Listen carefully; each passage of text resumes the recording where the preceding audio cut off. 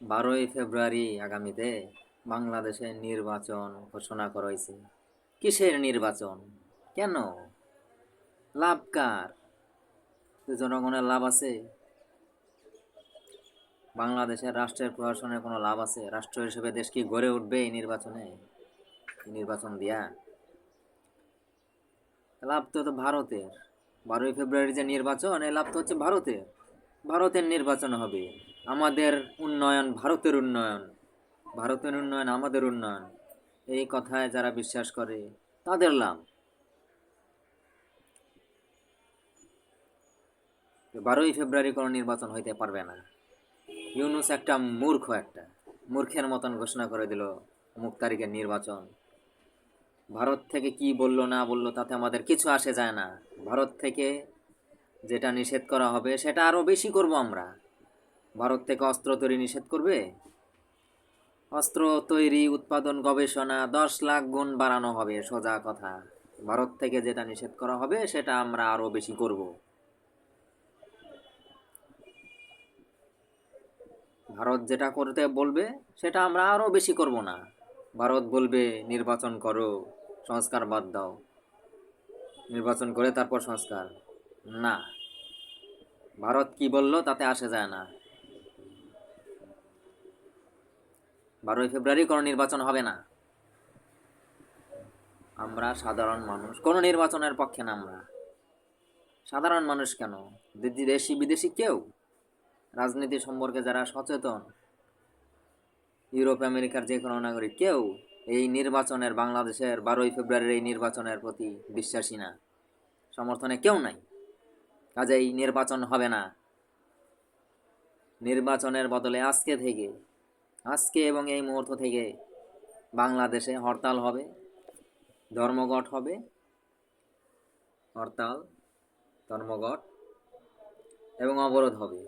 জ্বালাপোড়া হয়, ভাঙচুর হয়, পুলিশ মরবে, দরকার হলে সেনাবাহিনীও মরবে, যত বাহিনীর লোক আছে সবাই মরবে, কিন্তু কোনো নির্বাচন হবে না। যতদিন সংস্কার হবে না ততদিন নির্বাচন হবে না। কিসের নির্বাচন? এখনো তো সংস্কারই হয় নাই। সংস্কার হইতে তো 5,000 বছর লাগবে। সামরিক বাহিনী শক্তিশালী করতে হইব, তারপর নির্বাচন হবে।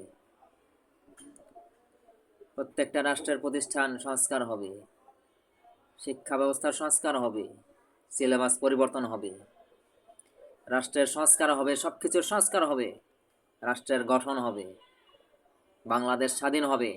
বাংলাদেশ স্বাধীন হয় নাই এখনো, রাষ্ট্রই গঠন হয় নাই, অর্ধেক অর্ধেক গঠন হয়েছে।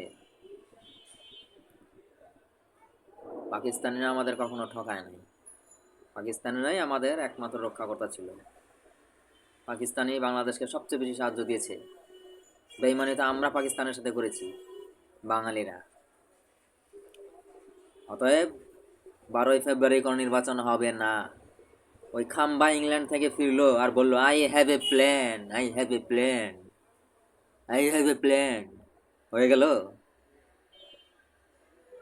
বিএনপির সাথে যে বিপ্লবী ছাত্র জনতা এবং এনসিপির ঘুটু করার দরকার কি ছিল? আলোচনা বসার দরকার কি ছিল? তোমরা তোমার মতন সংস্কার করতা, ক্ষমতাটা দখল করে নিতা।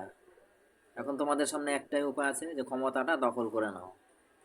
অস্ত্র নিতে হবে, অস্ত্র জোগাড় করে নাও, অস্ত্র হাতে তুলে নাও, কিন্তু ক্ষমতা তোমাদের দখল করতেই হবে। বাস্তব হলে করতে হবে, বাস্তব হলে জানতে হবে, বাস্তব হলে করতে হবে।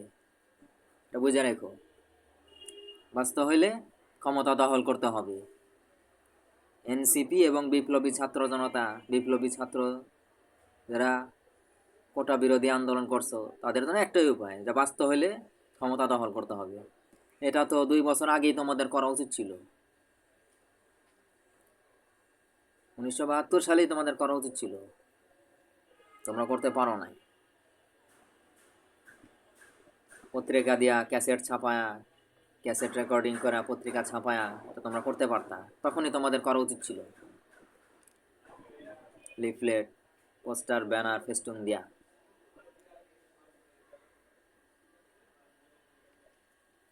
তোমাদেরকে ক্ষমতা দখল করতে হবে,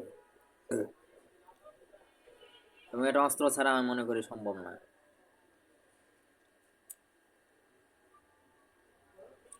যে 12ই ফেব্রুয়ারি নির্বাচন হলে আরও বড় বিপ্লব হবে।